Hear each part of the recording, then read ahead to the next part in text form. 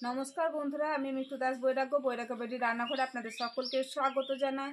আমি আজ কয়েকদিন পর ভিডিওতে ফিরে এলাম, কারণ শরীরটাও আমার অসুস্থ ছিল। আর তারপরে আমার বাবার বাড়ির সম্পর্কে এক দাদা মারা গেলেন ব্রেন স্ট্রোক হয়ে। তার ঠিক পর দিনই আমার সেজে পিসিমা মারা গেলেন। তাই কয়েকদিন আমি ভিডিওটা বন্ধ রেখেছিলাম। আজকে আমি ফিরে এসেছি আবার এই ভিডিওতে। আজকে আমি বানাবো পেঁপে টুটি ফুটি। তো আপনারা পুরো ভিডিওটা দেখুন, আমার সঙ্গে থাকুন। এবার আমি পেঁপে টুটি ফুটি বানাবো। চলুন যাই বৈরাগ্য রান্নাঘরে।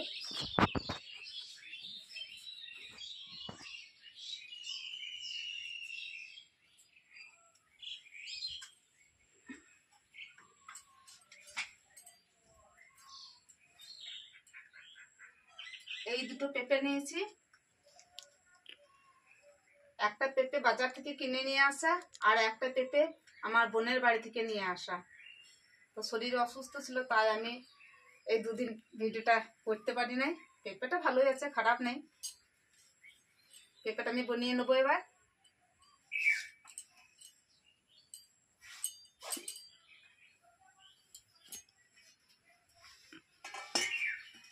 পেঁপেটা একটু পাকা পাকা রং হয়ে গেছে, দেখুন বীজগুলো কালো হয়ে গিয়েছে, কিন্তু পেঁপেটা শক্ত আছে, পেকে যায়নি।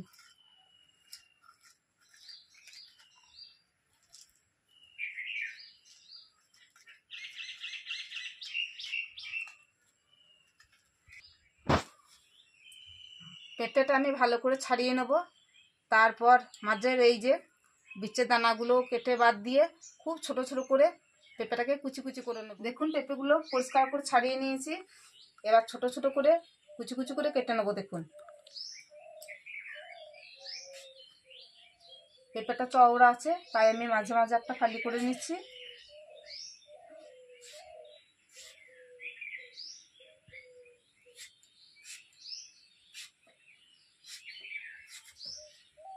এই দেখুন ছোট ছোট করে নিয়েছি। দেখুন এরকম ছোট ছোট করে কুচি কুচি করে নিতে হবে।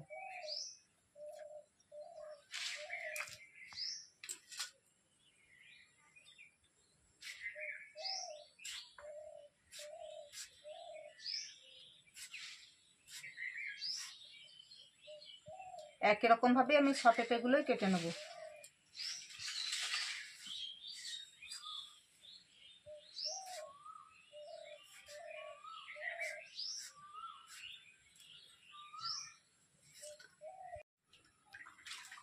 পেঁপেগুলো দেখুন সবগুলোই আমি কুচি কুচি করে কেটে নিয়েছি।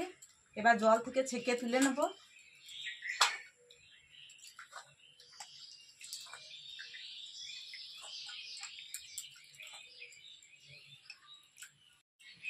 উনুন ধরিয়ে নিয়েছি। এবার উনুনে কড়াইটা বসিয়ে দিই। কড়াই বসিয়ে দিয়ে এবার জল দিয়ে দিচ্ছি।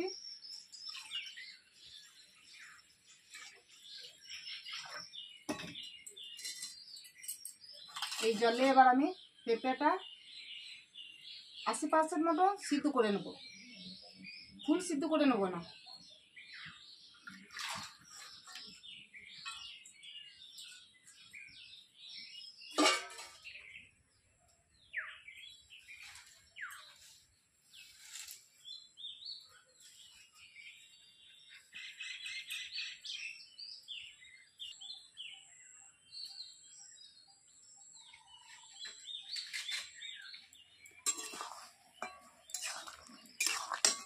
দেখি পেঁপেটা সিদ্ধ হয়েছে কিনা। হ্যাঁ দেখুন পেঁপেটা সিদ্ধ হয়ে গেছে, ফুল সিদ্ধ হয়নি, একটু শক্ত শক্ত আছে। এবার আমি জল থেকে তুলে নেব।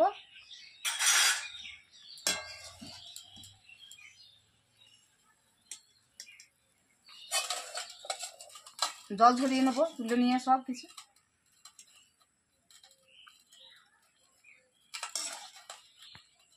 আমি আবার জল দিয়ে দিচ্ছি অল্প একটু।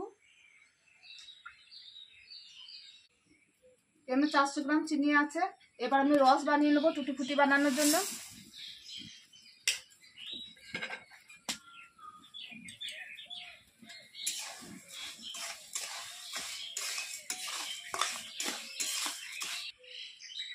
পাতলা একটু রস করে নিচ্ছি।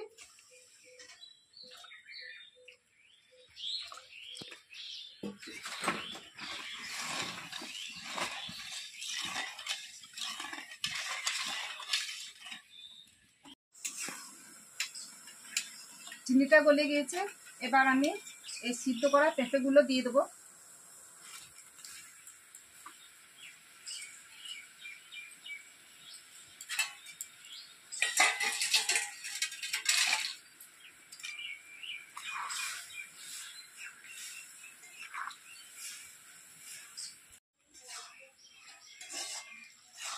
টুটি ফুটির জন্য পেঁপেটা দেখুন রসে সিদ্ধ করে নিয়েছি, অল্প একটু রস আছে। এবার নামিয়ে নেব।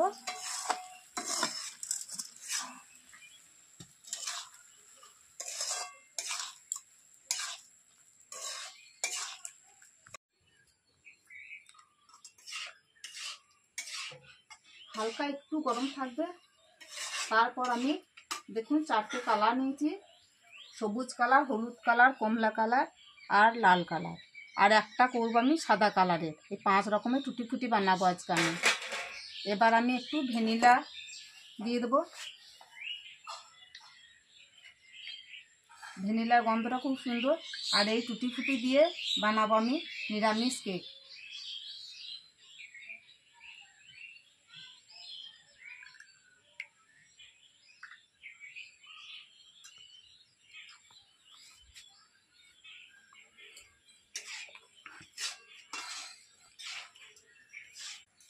অনেকটাই ঠান্ডা হয়ে এসেছে। এবার আমি বাটিতে 5টা বাটিতে সমান সমান করে তুলে নেব।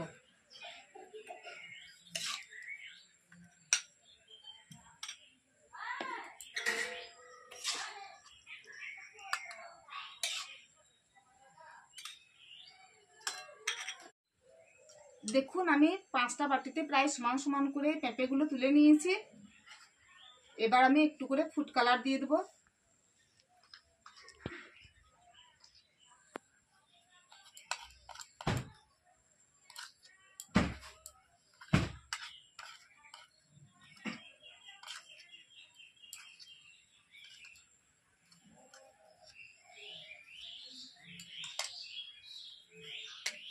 এটাতে কালার দিলাম না, এটা সাদা কালার থাকবে তাই।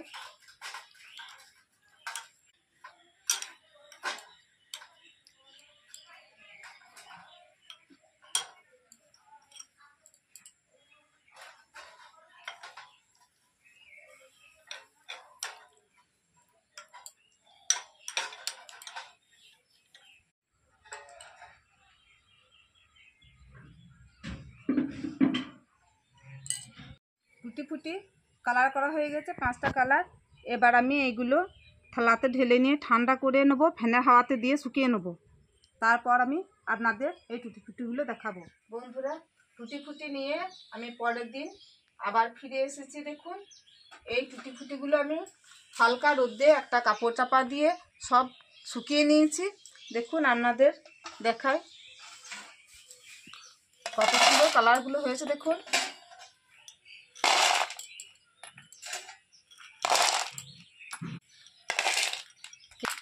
এই দেখুন কত সুন্দর কালার হয়েছে,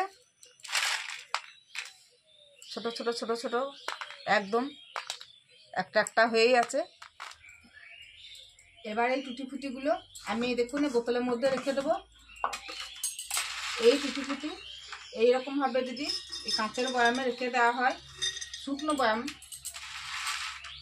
ধুয়ে পরিষ্কার করে শুকিয়ে নিয়েছি, এরকমভাবে বয়ামের মধ্যে যদি রেখে দেওয়া হয় ঢাকনা ভালো করে বন্ধ করে, তাহলে অনেক দিন থেকে যাবে।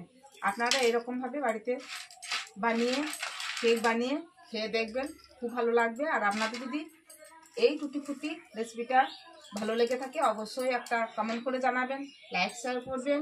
আর নতুন যারা এই ভিডিও দেখছেন তারা একটা সাবস্ক্রাইব করে দেবেন। আপনাদের একটা সাবস্ক্রাইব আমার অনেকটাই আনন্দ বাড়িয়ে দেবে। আবার পরের রেসিপিতে দেখা হবে। নমস্কার, ধন্যবাদ।